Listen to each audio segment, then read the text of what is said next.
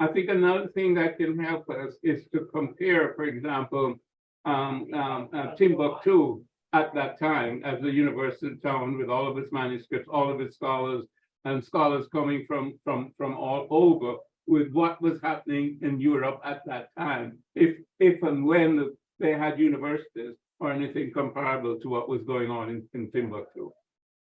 Yeah, we can do that. We can do that. Now, our research is at its beginnings, but we've got enough where we can start to talk. Mm-hmm. There's a French colonial era postcard, which I use as teaching material. Let me explain. When the French colonized what they called French West Sudan, meaning French West Africa, they colonized what is today Mali, Niger, all of that. What used to be the Songhai Empire, they colonized all of it. And then what they did, stupidly, is they took photographs of the different places. So there's photographs of Jenne, Timbuktu, Walata, all of these places they photographed, and they made them into postcards. And so if you were sending a postcard from one part of the French Empire to another part of the French Empire, chances are you're going to come across these. And they did one of Timbuktu, and the postcard says, Timbuktu, again, it's in French, so it says Timbuktu, Afrique, whatever, all this kind of stuff. It says on one of them, the mosque in the north of the town, Sankoré, 11th century. Now, what did they just say? The university mosque is 11th century. Now, let's say 11th century, let's take a mid-date, 1050. Yeah. If you consider that Oxford, Cambridge, Toulouse, Rome, Bologna, they're all after that. They're all after that. So if their date of 1050 is the correct date, then that really would mean that Timbuktu as a university center is before the main European universities. Now, as I said, our scholarship is in its infancy on this question, but we're now finding that there are they think there was possibly 700,000 manuscripts in Timbuktu, and the scholars have found 70,000 of them. And they're still held by Black families, they're still held by Black institutions. And I did have the good fortune to meet the lead book collector. It's a Black man in Timbuktu called Abdul Qadir Haidara. And his business is persuading Black families and institutions, hand over your books, he'll have them scanned, you'll have them digitized, and they get their books back or whatever. And he is working his way through archives to document the manuscripts.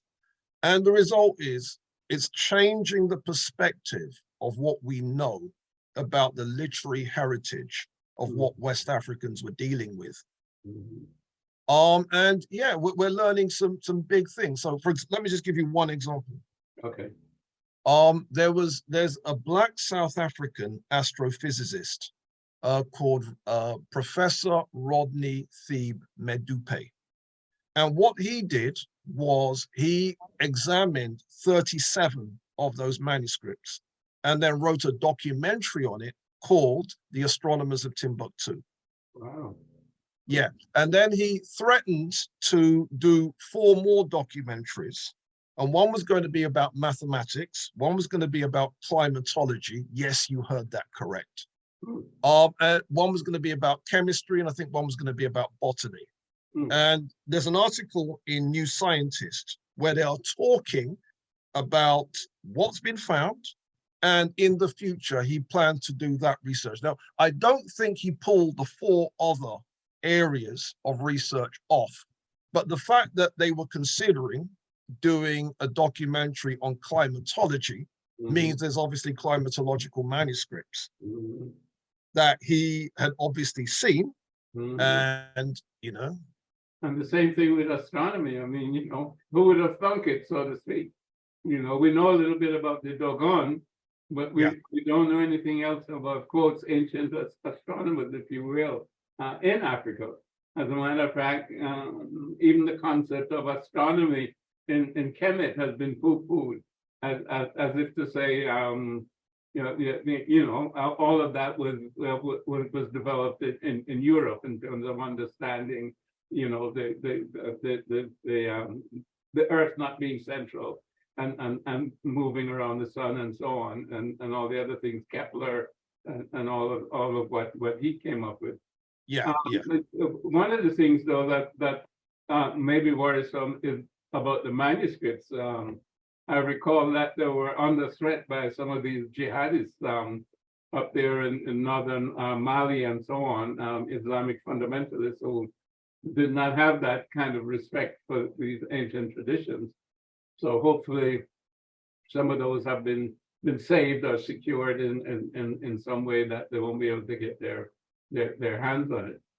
Yeah, I found out some of what happened. Here's the thing. I was invited by a government minister and an academic in Mali. His name was Professor Adama Samaseku. And he explained, well, basically I spoke to him. I also spoke to a gentleman called Ali Ould Sidi, who was at one time the mayor of Timbuktu. And he explained what happened. The jihadists did indeed burn some manuscripts, some. But what happened was, what the jihadists didn't know is that they put in place in Timbuktu a kind of secret mission to smuggle the manuscripts out of Timbuktu and smuggle them to Bamako. So when I met Abdul Qadir Haidara, he was in Bamako, he was in the capital. And so the manuscripts were quietly smuggled out of Timbuktu to the modern Malian capital. So the jihadists thought they burned everything. No, they burned a few things, but they didn't, a lot more survived. That's good news. That's very good news. The influence, shall we say, of Islam on African civilization, it plays itself out certainly in the West African civilizations of Ghana, Mali, and Songhai. And I think certainly part of that Moroccan invasion was by the Almoravids, who I think were this sort of radical, if you will, Islamic sect. At least they were very fundamentalist Islamicists in terms of their defeat of the Western Sudanic empires, if you will. And North Africa then was also being invaded by the Arabs. And we know that they came into Kemet around 700 of the Common Era and spread across on North Africa, so that the indigenous civilizations, the Berbers and so on, became absorbed into their civilization, if you will, because Arabic civilization was now advancing, if you will, and they were, what should I say, learning from what they found in Kemet, because that was a big boost for them in terms of that whole era. Just the same way that the Greeks learned so much from Kemet, and the Romans as well. And now the Arabs were coming across and learning, and then they brought that wisdom into Europe. Can you go into that period a bit for us? That was a period also when the Moors, whoever the Moors are, and maybe you can enlighten us in terms of that, and going back to Carthage, etc., and Roman civilization, that whole era, I should say, I think is very important, because there was the mixing of North Africa, if you will, and Europe, during that period of time where North Africa was dominant over Europe, before Europe was able to, and what is it, 1492, whatever the battle was at Koweït. You have to remind me of the event. but when they expelled the Moors, from Europe. So that was the whole period up to the beginning of, well, not the beginning, but the end of the 15th century. And that was from about 700 AD to say 1500 AD.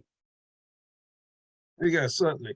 Okay, what you had was the Arab conquest of North Africa, and that began December 639 AD. So that's the first time the Arabs set foot into Egypt. And then from there, they conquered their way across the likes of Libya, Algeria, Tunisia, Morocco, or, where these places are on a modern map, right? All right, now, the ancient civilization of Carthage starts somewhere around 814 BC. And what you had in Carthage were a mixture of four populations coming together to build the civilization. You had the indigenous people of North Africa, known as the Libyans. And at this time period, the Libyans are black. You had people coming in from the Middle East called Phoenicians. And the Phoenicians, according to Herodotus, and Herodotus visits them and he quotes them, as they themselves say, dwelt anciently upon the Eritrean Sea. Did we hear that? Dwelt anciently upon the Eritrean Sea. So your Phoenicians, they're coming in from the Middle East, but they were originally of East African origin. So that's your Phoenicians. Then you've got people coming in from Kush, and then you've got people coming in from Kemet. And the evidence of all four sets of people are in there. And I have an archaeological report by two scholars. One was called Gilbert, and the other one was called Gilbert Charles Picard. Basically, there was a book called Daily Life in the Kingdom of Carthage, where they make the astonishing statement, but most of the Punic population had African and even Negro ancestors. So that's your resulting mix. That's the resulting mix. Now, as you know, the great Libyan general came out of that, Hannibal from the house of Barca. And as you know, there's coins of him. So anyone who wants to run up their mouth about what Hannibal looked like, there's coins. And the coins clearly show an African profile, right? And we know the coins are him because the historians have stupidly identified the elephant on the other side of the coin. Do you know that the historians even know the name of the elephant? He's called Surus. Okay. Yeah. And they've identified that elephant on the coin. So here's the thing. So you'll get historians that will say, yep, we know who the elephant is, but we don't know who the black face is on the other side of the coin, when you've just told us that you know who the elephant is. Surus. So we know for a fact that's Hannibal. Yeah. Okay. All right. Now, what then happens is, of course, is the Arabs overrun all of that. That's why North Africa today is no longer black, right? Now, there are black people there, but they've been swallowed over. Does that make sense? Now, what happened was the Arabs wanted to conquer Spain, but their armies had been weakened in battle with Africans. There was an African queen called Dahia el-Kahina who stood up to the Arabs. And while she was beaten, she was defeated, she was killed, she inflicted such damage to the Arab armies that they were worried that they can't take Spain in that. So they decided to recruit an African army. And they recruited an African army led by a gentleman called Harif. And then they recruited a second army led by an African gentleman called Tariq ibn Ziyad. They conquer Spain. And then we get four dynasties. We get the Umayyads ruling in Spain. The Umayyads were a mixture of African and Arab. Then you've got the Almoravids. The Almoravids were black. They were from Senegal on a modern map. The Almohadis, they were black. They were from Morocco. And then you've got the final dynasty, the Nasrids. The Nasrids, the founder of the Nasrid dynasty was a white Arab called Ibn al-Ahmar. So basically, of the four dynasties, we can definitely take two. We can split the difference with the first one. And then the last dynasty, as I said, starts with Ibn al-Ahmar, who is definitely white. right? But if you look at the way the Spaniards present it, you know that that dynasty continues all the way down till we get to the last king. Europeans call him Boabdil. The African sources call him Abu Abdallah. The Spanish do every year a reconstruction of the fall of Granada. And then what they have is they have puppets which they carry on their heads. And the puppets represent Ferdinand, represent Isabella, represent Abu Abdallah, and represent Abu Abdallah's mum. And the images they've got of Abu Abdallah, he's black. The images they've got of his mother, she's black. She's veiled, but you can see her black hands. Now, if the Spanish are right, it might mean that the dynasty started off as Arab, and then Africans stepped very correctly to make sure the right person marries the right woman. So the children come out, the right person marries the right woman. So by the time we get to the end of the dynasty, Abu Abdallah is black. Now, how we know for a fact that the majority of the Moors were African Negroes is there's a report that was done, which appeared in Human Biology, and which is a journal. Somebody did an article called Importation of Sickle Cell into Portugal. And what they found was the type of sickle cell that had been introduced into Portugal was known as the Bantu haplotype. And what that means is the Africans that were in Portugal between the 8th and the 13th centuries were indeed carriers of the Bantu haplotype. So much so that the white Portuguese have got that haplotype, and they got that haplotype because of Africans bringing it there. Do you see? And the article also makes it clear we have to distinguish between the sickle cell that got there between the 8th and the 13th century and the sickle cell that came after the 15th century. Now, the reason they're making the difference is the sickle cell that got to Portugal after the 15th century. That was brought there by enslaved Africans captured and brought to Portugal. Whereas the stuff that was 8th to 13th century is the Moorish period. Yeah. All right. So basically, what's in Spain? I've been to some of the Spanish cities: Jaén, Córdoba, Granada, Seville. Basically, half of that stuff belongs to Arabs, half of that stuff belongs to us, especially the city of Seville. So the Alcazaba Palace in Seville, that would have been built by Black Africans. The Giralde, that would have been built by Black Africans.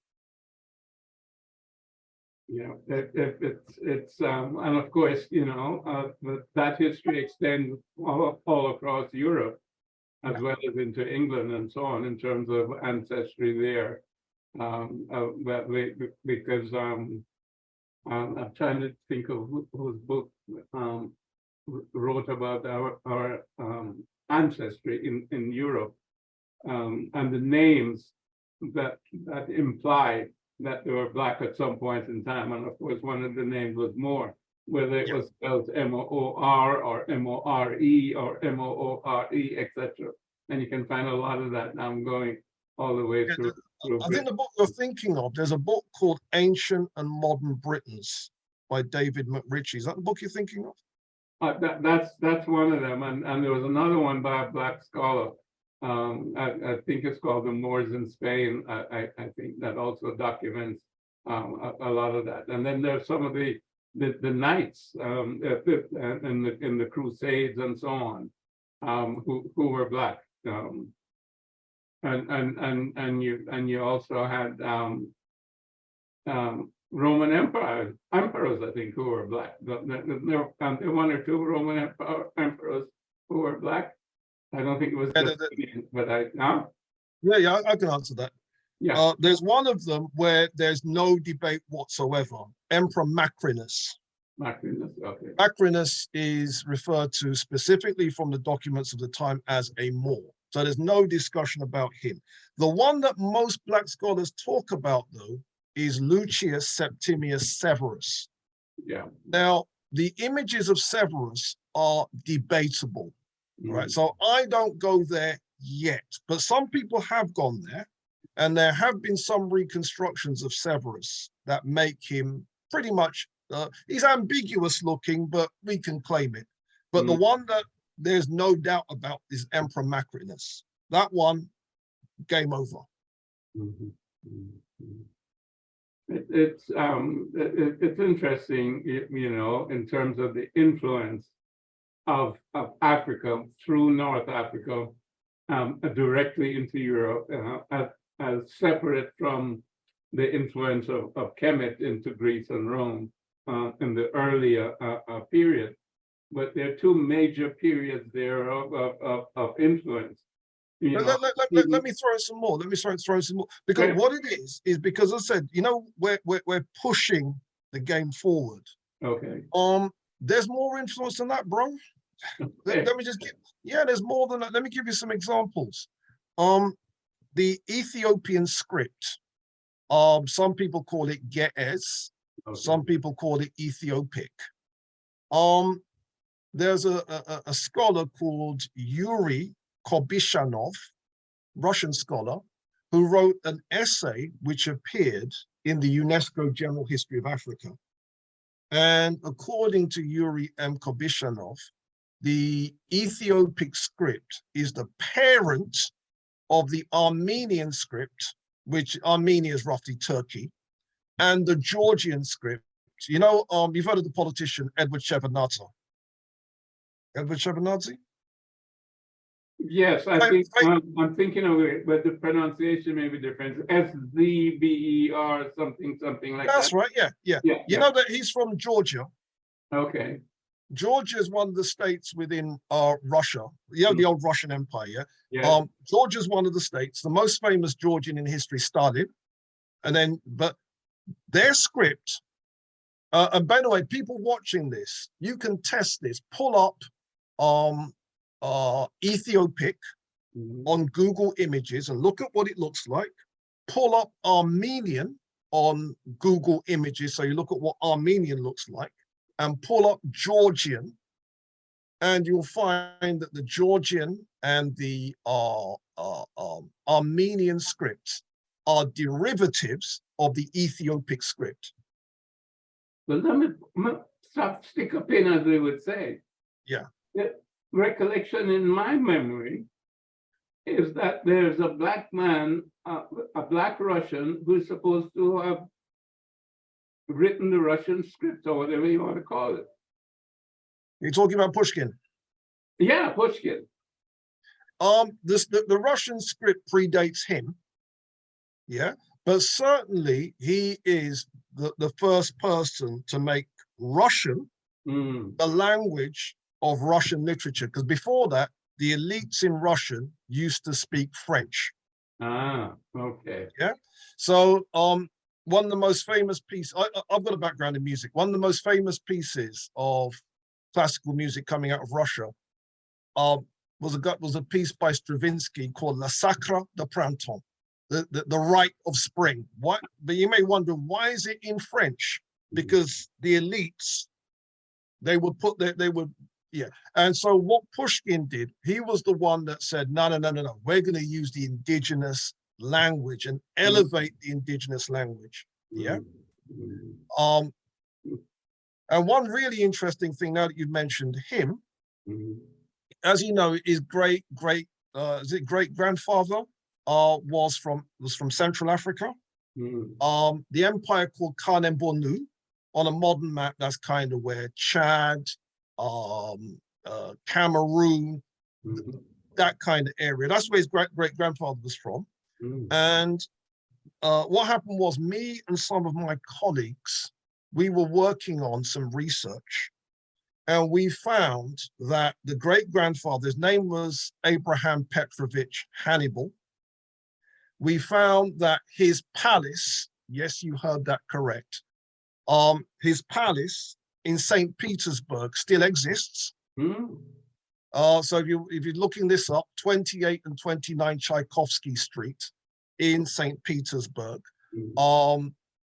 Pushkin's African great-grandfather's palace is still there. And they acknowledge, yep, he owned that. Yeah, it's amazing. I'm just recollecting too that a lot of the African icons are in Russia. Yeah. I'm not sure why that connection is, but you know, like the Virgin Mary and Jesus and all that. I hesitate to say in blackface, but you know, in the original colors, shall we say, of who they were, they're present in Russia, and, Yeah. and they're on display. I mean, you know, as opposed to them being destroyed or whatever happened to them or painted over by Michelangelo or something else in Europe. And that's a powerful point. That's a very powerful point. And one of the things is, strangely enough, Eastern Europeans, especially from Poland, are heavily involved in African history. Mm. So a lot of the excavations of some of the sites in places like Sudan, some of the research on African architecture in Nigeria was done by Polish people.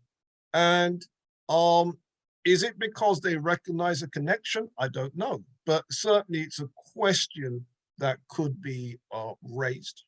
Yeah, I think there are also, you know, pictures of the Virgin Mary and her daughter and her son Jesus in Poland. I've seen pictures of that somewhere. What happened was one of my friends visited Poland, Mhm. and the most famous image you're talking about, Our Lady of Czestochowa. Mm. And what happens is they will put that painting on display at special occasions, and you're supposed to kiss the ground in front of the painting. Do you see? And you know, when the Poland was under communist rule, Mhm. and the Pope, and for that matter, Lech Wałęsa, moved against the communists to overthrow them, it was a common thing in Poland to wear a badge on your lapel of Our Lady of Czestochowa. Mm. Yeah. And that was the sign that you were anti the government, to try and move against the government. And so that's how you ended up with the solidarity movement, Lech Wałęsa ending up in power and that kind of thing. Mm. That was that badge representing Our Lady of Czestochowa. That was a big part of the story.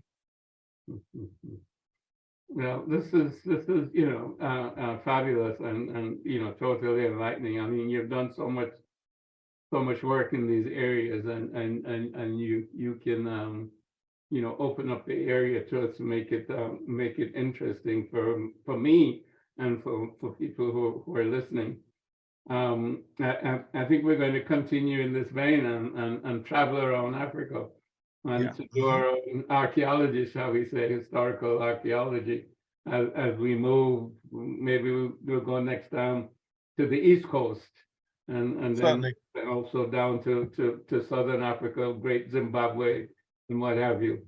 But we certainly want to look at the Swahili civilization, if you will, because so much is being talked about it as a possible lingua franca for Africa.